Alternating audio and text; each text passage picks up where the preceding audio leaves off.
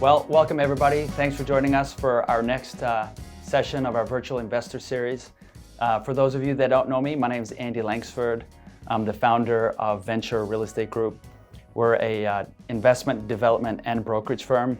And we're blessed to have Robin Murphy joining us today. So a little bit about Robin. Thanks, Robin. You're welcome. Happy to be here. Absolutely. Yep. Thank you. Happy to have you.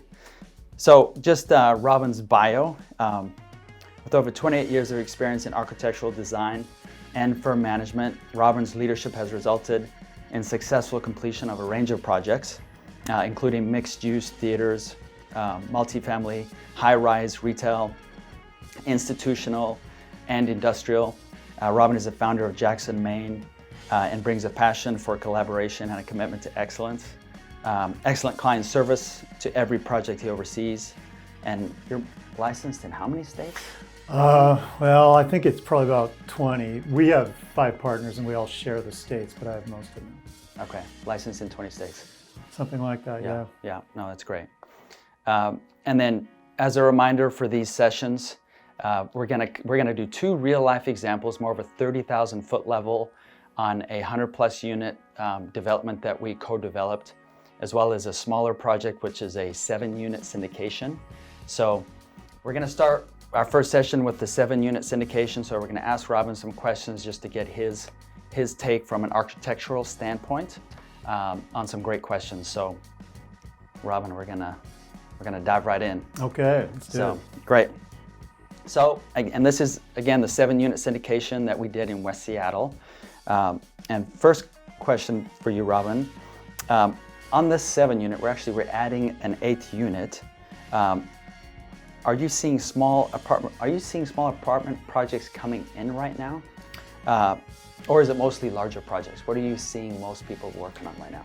Well, I don't know about the overall market, but we have a lot of the work that we do, that I do particularly, is multifamily. And of those multifamily projects, there's probably maybe a third are townhomes, so they would be in the neighborhood of 10 to 18 townhomes, and those would probably be in more of the rural areas of the county. And then the other 2/3 would be more multifamily mixed, anywhere, most of those being 5 to 8 stories. And those are the more urban portions. And some clients do both, but most of the time they specialize in one or the other. Okay, yeah. So do either townhome projects or larger apartment projects. We don't do a lot of single family residential. We do design them, but they're specifically for our clients that ask us. We don't market that. It's a specialty that architects specialize in, and they pursue that kind of work, and it's very, very custom. So our residential experience is really at the townhome, mid-rise, and high-rise scale. Okay, yeah. Are you working on any smaller multifamily, or is mostly? Well, we have, when we start a project, the first step is to do a feasibility study. And we've done lots of feasibilities in the last year for townhome projects. The minimum scale is in the neighborhood of 10, not less than that. We have also talked about doing some of these walk-up type projects that are not townhomes, they're apartments, but 3 to 4 stories. And those are generally in the more rural areas, less urban. But I would still say the majority of our work is the mid-rise, and those projects are in the 100 apartment or more. Generally 130, 140, up to 400 units, and high-rise even more than that. Yeah, okay. So is any of your team working on smaller, like 7, 10, 15 unit remodels? No, we don't do a lot of remodels in residential world, but in commercial and industrial we do. Haven't seen a lot of that. We work in multifamily primarily in the Northwest, so in Seattle and primarily in Portland, have some projects further down in Florida and Idaho. I mean, not Florida, but California and Idaho. Okay. there are other project types we go further afield. That's why we're licensed in a lot of states. But for multifamily, it's really Northwest centric, and it is primarily larger scale, I would say. Okay, yeah.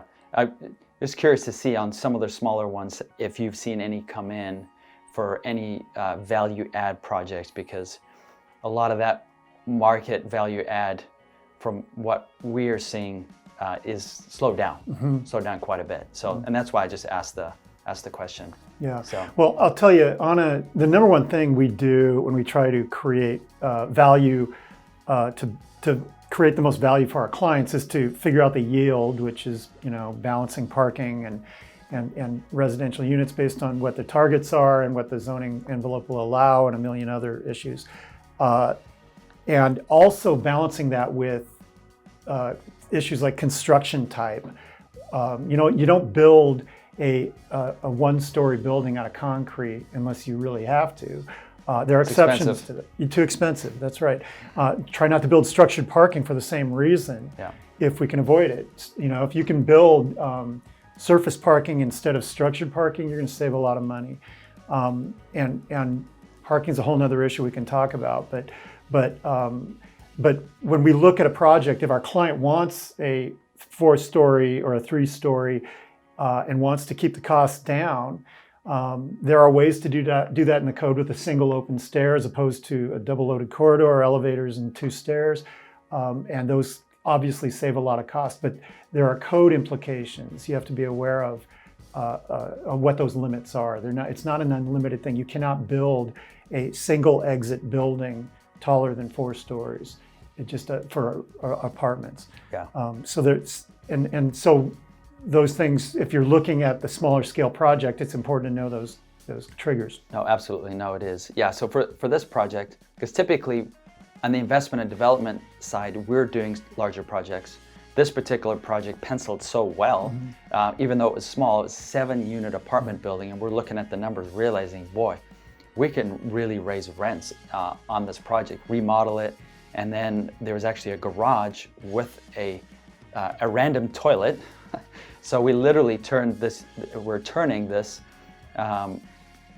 garage into an 8th unit, which has just made the project pencil. So that's what we're doing on this project. So Andy, that just reminded me, we do have a project in Kirkland for a client that we're in early stage, just at a pre-app with them. And they are comparing the option of doing 30 to as many as 50 or even 60 townhomes, or not doing any townhomes and doing just apartments and structured parking. And obviously the yield for the apartments, 8-story building, is much greater. It's much denser. It's much more expensive. But that doesn't necessarily mean that it's the best way to go. There's a market for townhomes as opposed to apartments that's underserved for a lot of reasons having to do with condos.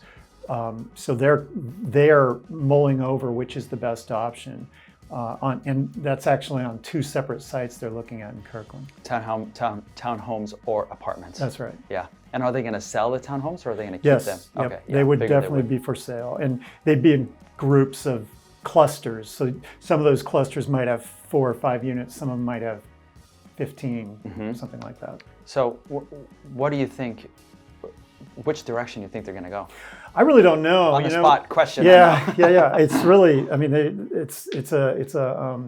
I think it's an appetite for risk issue. How much money they're willing to risk building it. We're talking about, just throwing out numbers, $45 million loan versus 18 million or something, and the return on that has to be balanced, and the demand and what's being built out there, how much parking we have to provide. Parking's always a big factor. Huge. And next session we'll be getting into parking for sure on the 100+ unit project for sure. Great. Yeah. Okay. Another question for you, Robin. Yeah. What makes a no-brainer deal from an architecture or design perspective on some of your smaller projects? Well, I think some of the things I was saying before, where we're trying to cut out a lot of the fat, like for example, structured parking. If you can do a project on a smaller scale that doesn't have structured parking, and by structured parking I mean parking in a concrete podium below a wood framed apartment building, that's structured parking. Those parking stalls can be anywhere from $20,000 to $30,000 a stall. And if you add that, very expensive. We have a project that we're doing a feasibility on up in Snohomish County that there's a considerable amount of land, and I would say that 75% of the parking is being provided by surface parking as opposed to structured. And we could internalize it all, but this is a way for them to save a lot of money. So one of those issues is to kind of not build as much parking and not build as much structured parking. Other issues are, trying to minimize vertical circulation. If you don't need 2 stairs and you can get away with 1, that's a good way to do it. And if that stair can be open, that's another way to save a lot of money. Same with corridors. And then the construction type. So when in the building code, we use construction types are really important. It's something that really determines the cost of a project, is heavily related to that. Single family residential house used to go for about $100 a square foot, all wood, non-rated. We're pushing ahead of that now in the last 5 or 8 years. On mid-rise projects where they had a podium with a 1 hour wood frame on top of that, used to be around $200 a square foot. Now it's more like $240, depending on who you talk to. High-rise is pushing $340. That's right I've got some quotes almost exactly the same. Okay, yeah, good. I get a lot of differing information, I find. I will say that as an architect, our job is to design the cheapest building from a construction type, but as large as it can possibly be. So to that end, we would not design a 9-story building. 9-story building is a high-rise, and that kicks in a lot of other costs. So if you're building a 9-story building, you're leaving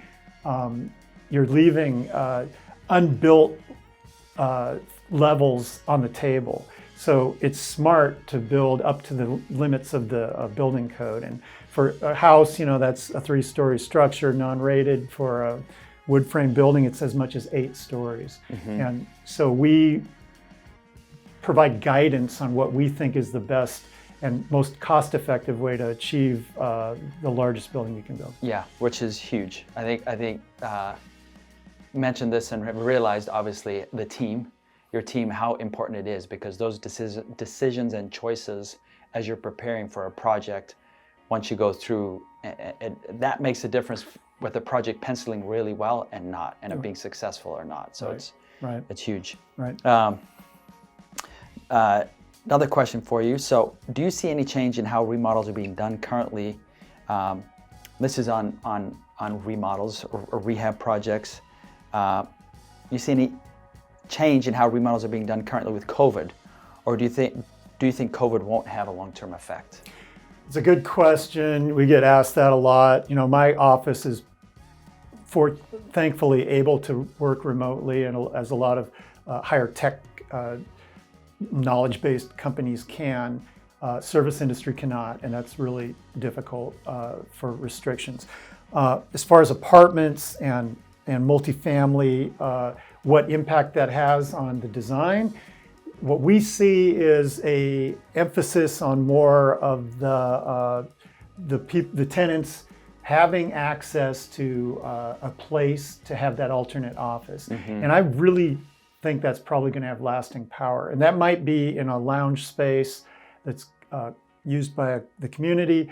It might be in meeting rooms. It might be in the apartment itself, where the apartment itself has maybe a separate, smaller space that's internal, that may not have access to the exterior window wall, but has a space where it's wired for access to fiber and data, and a place where somebody can have a workstation. Yeah, it's huge. And I don't see that going away. No, I agree. How big do you think that space needs to be? So, generally they're kind of spaces that, well, we call them a den. Basically, it's an internal den. It can be as small as 6 by 8, something Just like that. that space, though, to Yeah. be able to go and work or Right. get outside the norm. Yeah, and it can be used. I mean, they're really flex spaces. They're used for a variety of things, but ideally, that individual might want to work in their living room. They may not. You know, if there's 2 people in the apartment, 2 people in the house, they might want that separation. And it's nice to have a place that you can put a stake down. Yeah. Escape. Right. Have a quiet area. Yeah. Oh, that's good. What markets are you working on mostly, would you say? And this will wrap up our session. What markets would you say you're seeing in we'll stick with the Northwest, when obviously knowing you're licensed and working in multiple states, but in the Northwest. So I think I touched on this earlier. Most of our multifamily work is in the Northwest, and a lot of it's in Seattle, and for some reason a lot of it's in Redmond. We've done a lot of work there over the years. And I think it kind of breeds more work because these jurisdictions are getting so complicated that it takes prior experience to really navigate effectively some of these. Some cities are much more sophisticated than others, and by sophisticated I really mean more bureaucracy. It can take 15 months to get a master use permit in the city of Seattle for a mid-rise project. Yeah, that was a great way of saying that, by the way. Yeah, right. And some jurisdictions we did a project years ago in West Yellowstone, Montana. It was an IMAX theater. We got a permit in 2 weeks. They hardly looked at it. They just decided that, hey, the A&E team is stamping this. They're qualified. We're not going to overstep that. That's not the way it is anymore. And the bigger the jurisdiction, like Seattle or Portland, the more complicated it generally is. And that translates into more time and more money, more risk. So smaller jurisdictions, more rural areas like Puyallup, Sumner, Enumclaw, even Tacoma, Pierce County, Klickitat County, those areas are easier to navigate. And that's not always true, but that's a general rule. And so most of our work is in the Seattle, Bellevue, Redmond corridor. Yeah. What do you think of Seattle market? Are you seeing more? I know you've been working on a lot of projects in Seattle. I know several folks who are, this is just telling it like it is, leaving Seattle. But I have other folks who think, I think that market will be solid, despite obviously some of the political environment in Seattle. But what are you seeing there right now? Well, we have clients that believe in the long-term robust market that Seattle has become. Seattle is the kind of the national touchstone for this area.